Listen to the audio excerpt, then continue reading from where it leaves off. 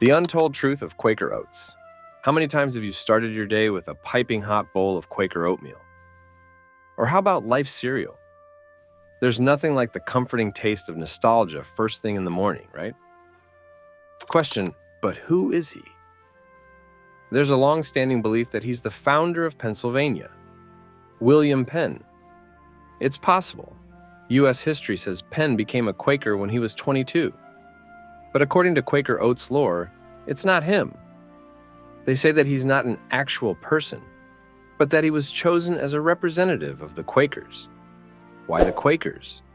Because they embody the same values Quaker Oats wanted to be associated with: honesty, integrity, purity, and strength. Larry, the Quaker Oats Man, was first developed in 1877, and in 2012, Larry himself got a makeover. But behind that Quaker smile, Quaker Oats has a sinister, dark past. Quaker Oats was essentially selling horse food and marketing it for people in the beginning.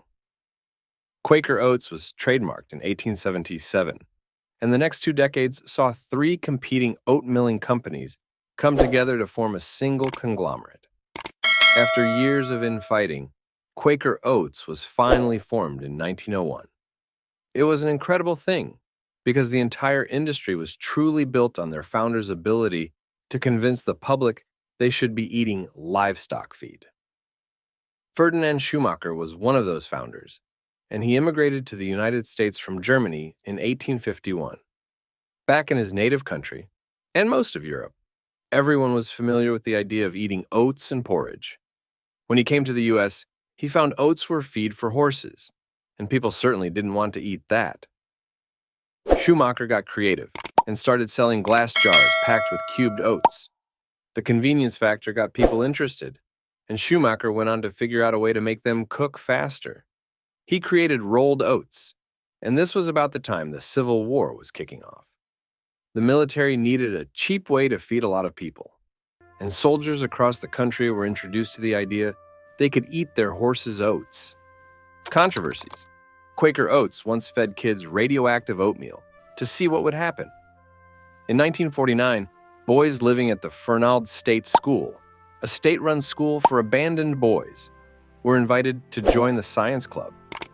They were given all kinds of incentives to join, like hearty breakfasts, starvation was a frequent punishment, and trips to baseball games.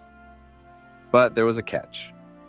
Quaker Oats had teamed up with researchers from MIT for 3 experiments involving 74 boys between the ages of 10 and 17.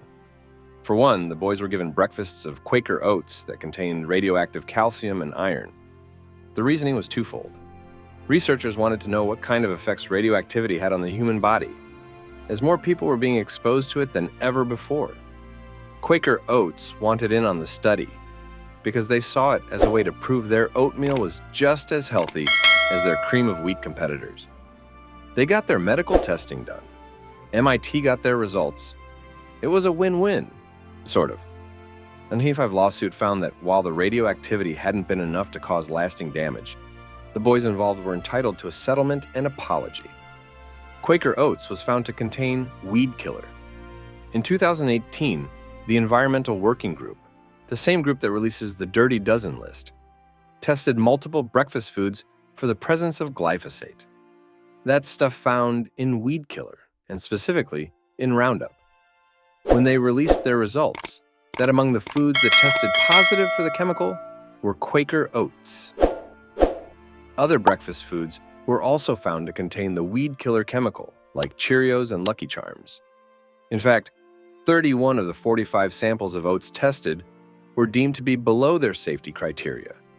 And when they went back and tested more samples of both Quaker Oats and Cheerios, they found that all but 2 of 28 samples were deemed harmful. Quaker investments and growth. Quaker Oats financed Willy Wonka and the Chocolate Factory. Gene Wilder's Willy Wonka and the Chocolate Factory is one of those iconic movies of any childhood, even if it did give you nightmares. You can thank Quaker Oats for getting the movie made and for giving you those bad dreams. Let's start with the title. Ever wonder why it's not Charlie and the Chocolate Factory like the book? It's because Quaker Oats wanted to make sure the name Willy Wonka was front and center, so they could market the heck out of it. The movie was originally pitched as a pretty sweet deal for Quaker Oats. They would finance the movie, a major film studio would release it, then they would create their own candies based on the ones in the film. And that's exactly what happened. The Willy Wonka line of candy was launched alongside the movie, but there were difficulties. They couldn't come up with the perfect Wonka bar, and only peanut butter Oompas and super scrunch bars were released in time. Wonka bars came a few years later, and Quaker Oats sold that division to Nestle in 1988. Quaker Oats was the third largest beverage producer in North America. When you think of Quaker Oats, you think of their oats and their cereal products, right? According to Marketing Lens, though, they've always dabbled in other products like pet food and even clothing. When they bought Snapple in 1994, the acquisition made them the third largest beverage company on the continent, behind Coca-Cola and PepsiCo. The partnership didn't last, and the LA Times called it one of the worst flops in corporate merger history. Quaker Oats only owned Snapple for 27 months, selling it for $300 million after making a $1.7 billion investment in the drinks company. There's an almost infinite number of factors that come into play in an acquisition like this. The disastrous merger on the company's failure to understand Snapple's strengths, along with stiff competition from the other beverage distributors. How healthy are Quaker Oats? Really? There are two different kinds of oatmeal, instant and the kind that takes next to forever to cook. They're actually the same oats, says Huffington Post. And the only difference is that instant oats are cut thinner, so they'll cook faster. And on their own, oats are definitely a smart thing to add to your diet. Healthline says they've been found to be high in vital nutrients, minerals, fiber, and antioxidants.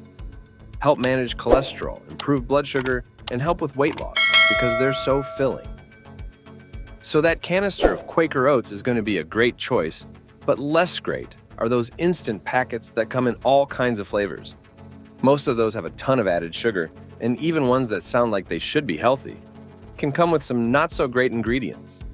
Take Quaker Oats apple and cranberries instant oatmeal.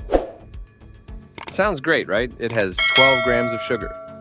And according to the American Heart Association, daily sugar consumption shouldn't be more than 36 grams for men and 25 grams for women. Bottom line, if you're looking to grab some Quaker Oats for a super healthy breakfast, get the plain ones and dress it up yourself. It's easy to do. If you are looking for more great business stories and truths, subscribe to the 2-Minute Entrepreneurship channel.